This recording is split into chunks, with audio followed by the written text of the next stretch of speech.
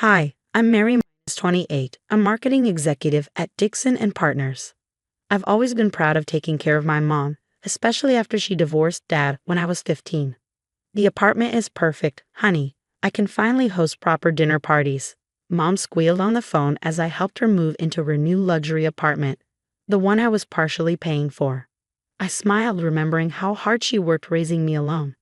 That's great, Mom. Just remember, it's a bit over budget, so we'll need to keep the extras in check. Oh, darling, don't worry. You know how good I am with money, she said breezily. Later that week, while having coffee with my best friend Jennifer, Mom called again, her excitement palpable.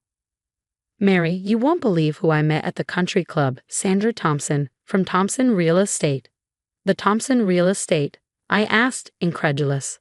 How did you end up there? Oh, I have my ways, she replied coyly. Sandra and I just clicked. She's even invited me to her charity gala next weekend. Jennifer raised an eyebrow as I hung up. Your mom, at the Thompson Gala? That's interesting. When my boyfriend Michael joined us a few minutes later, I filled him in on Mom's sudden social leap. She's been acting different. Last week, she showed me her Instagram and had edited old photos to hide the peeling wallpaper in our old apartment. Michael frowned. That doesn't sound like her. Linda always used to be proud of how she managed as a single mom. That evening, I stopped by her apartment and found her practicing what she called her society laugh in front of a mirror. Mom, where are all the family photos? I asked, noticing the bare walls. Of those old things. She waved dismissively. They didn't match the new decor. Sandra's decorator suggested something more modern. Even the ones with Grandma and Grandpa. Your wedding photo. Mary, let's be realistic. Those photos, they show a different time, she said, avoiding my eyes. Sandra's crowd has certain expectations. You mean they show we're Chinese? That we're middle class? Mary, you don't understand. Sometimes we need to adapt. Adapt. Last week, you told me to call you Linda instead of Mom in public. Well, you're old enough now. It sounds more sophisticated.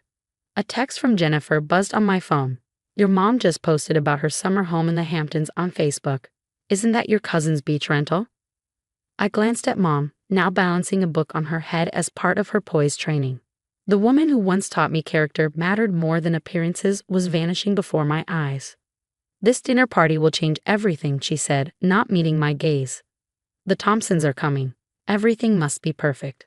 The night of the party, I arrived early with the expensive wine she asked for.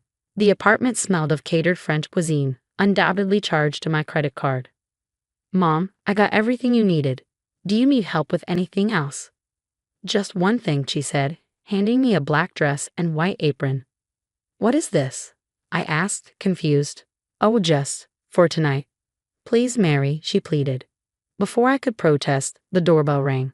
She rushed to greet Sandra Thompson, her husband Patrick, and their son Peter, all elegantly dressed. Maria, come meet our guests, Mom called out, her voice honeyed. It took me a moment to realize she was talking to me. This is Maria, my wonderful cleaning lady. She's such a treasure. Her words hit like a slap. I managed a polite nod, my face burning. Linda, tell them about your daughter in Europe, Sandra gushed, the one doing her PhD. As I served appetizers, Mom spun elaborate tales about her daughter at Oxford, her summers in Monaco, and embassy parties with her late husband, the ambassador. My dad, a high school math teacher, would have laughed at the absurdity. Jennifer arrived mid-party, as Mom had forgotten she'd invited her weeks ago. What are you wearing? She hissed. Apparently, I'm Maria tonight, I whispered back. Jennifer's jaw dropped as Mom continued weaving her web of lies. From small investments in the Thompsons' new real estate project to properties in Monaco, it all felt surreal. Later, after the guests left, I confronted her. Mom, an imaginary daughter.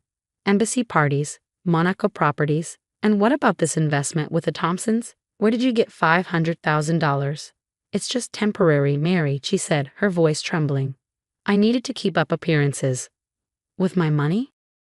The apartment payments, the credit cards, don't be so dramatic. Mom waved me off. Once the investment pays off, everything will be fine. Mom, this isn't networking. It's fraud. I said, my voice shaking. It's business, she snapped. You're too naive to understand how things work in these circles. Now, if you'll excuse me, I need to call my broker about the Monaco property. I watched her stride away, still draped in her fantasy world, as if nothing had happened. A text from Jennifer lit up my phone. Check your credit report now. Her insistence wasn't misplaced. My stomach dropped when I saw the results. 6 new credit cards opened in my name, all maxed out. The next morning, I stormed into Mom's apartment, the report clenched in my trembling hands. How could you do this? I demanded. These cards aren't even in your name. Lower your voice, Mary. The neighbors might hear, she said coolly, as if that were the biggest concern. The neighbors? Mom, you stole my identity. You committed identity theft. Borrowed, she corrected, crossing her arms. I merely borrowed your excellent credit for a few investments. Once they mature, everything will be repaid. Investments? You mean the fake Monaco property or the Thompson deal you can't possibly afford? She rolled her eyes. You're being hysterical. This is why I needed a more sophisticated daughter for my new circle. Someone who understands the importance of appearances. You mean your fake Oxford daughter? My voice cracked. Mom ignored me, already checking her phone. Sandra's texting about the yacht club membership, she muttered as if I wasn't even there. At work the next day, I met a new hire. Hi, I'm Emily Thompson, she said, offering a friendly smile. I just transferred from the LA office. My stomach dropped. Thompson. Over lunch, Emily proved refreshingly down to earth. God, those charity galas my mom throws are so pretentious, she groaned. Everyone's just there to show off. Must be tough dealing with all that, I said cautiously. Right? Speaking of deals though, Mom won't shut up about this amazing investment opportunity. Some woman named Linda Chen convinced them to back a huge development project. I nearly choked on my salad. Dad's usually super careful, Emily continued, but this Linda person really worked her magic, got them to fast-track everything. That evening, Jennifer came over with takeout and her laptop. Look what I found, she said, pulling up a series of documents. Your mom's been very busy. Loan applications, investment proposals, wire transfers. How did you get these? I asked, shocked. Peter Thompson sent them. He's been digging too. Jennifer clicked on another file. Look, those investment documents your mom gave his parents? The signatures don't even match. My phone buzzed. A text from Emily. Hey, weird question, but do you know Linda Chen? Mom's freaking out because some checks bounced. Before I could reply, my phone rang. Mary, darling, Mom's voice cooed. I need a tiny favor. Would you co-sign a small business loan? Just a formality. Are you kidding me? I snapped. After everything you've done. This attitude is exactly why I had to invent a better daughter, she said coldly. Do you know how embarrassing it is to have a child who doesn't understand the importance of appearances? Do you know how embarrassing it is to serve dinner to your mother's friends as Maria the maid? That was a compliment. Help is so hard to find these days. The following week was a blur of revelations. Jennifer found social media posts where Mom claimed to own companies I'd never heard of. Emily reported her parents were growing uneasy about their investment. Peter unearthed more documents showing Mom had convinced other wealthy friends to back non-existent properties. Then came the fallout. Letters from credit card companies demanding payments, banks questioning loan applications, and a notice from the IRS requesting clarification on suspicious transactions. Finally, Mom called me, her voice trembling for the first time. Mary, she whispered, the Thompsons are asking questions about the properties. The investments? I might have been a bit creative with some details, Mom admitted when I confronted her. Creative? You mean fraudulent. Such an ugly word, she sniffed. I prefer aspirational. Now about that business loan. I hung up before she could finish. My phone immediately lit up with texts.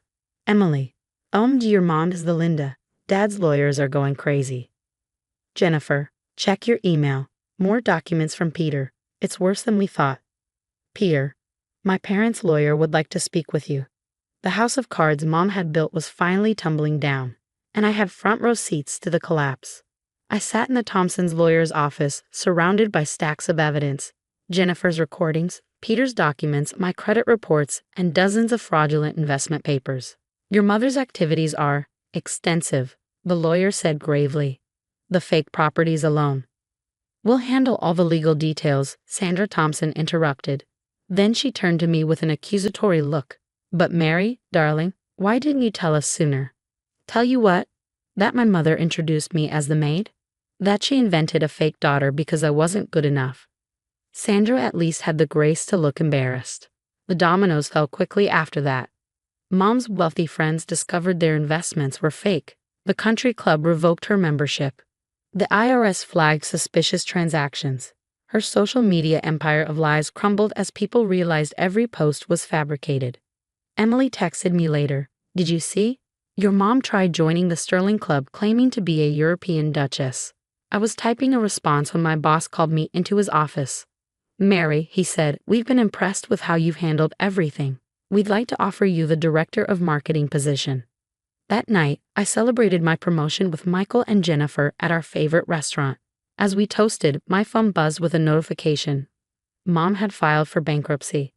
Good, Jennifer said, raising her glass. Justice served. The next morning, a letter arrived from Mom. Dearest Mary, I'm writing this from my new apartment, much smaller as you'd expect. You'll be disappointed to know that everything I built, well, borrowed, is gone. The Thompsons' lawsuit, the IRS investigation, the bankruptcy. I've hit rock bottom. But losing you hurts the most. I was wrong, so terribly wrong about everything. The fake daughter, the maid incident, the credit cards. I let superficial things blind me to what really mattered. You were always the perfect daughter. I was the imperfect mother. Please forgive me.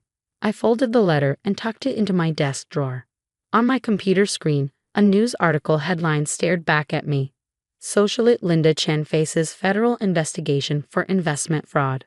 The story was over. Now I have a question for you. What would you do if your own mother erased your existence to climb the social ladder? Would you give her another chance after an apology like this? Or would you, like me, maintain firm boundaries? The truth is, sometimes the people who should love us the most are the ones who hurt us the deepest. Share your thoughts in the comments below.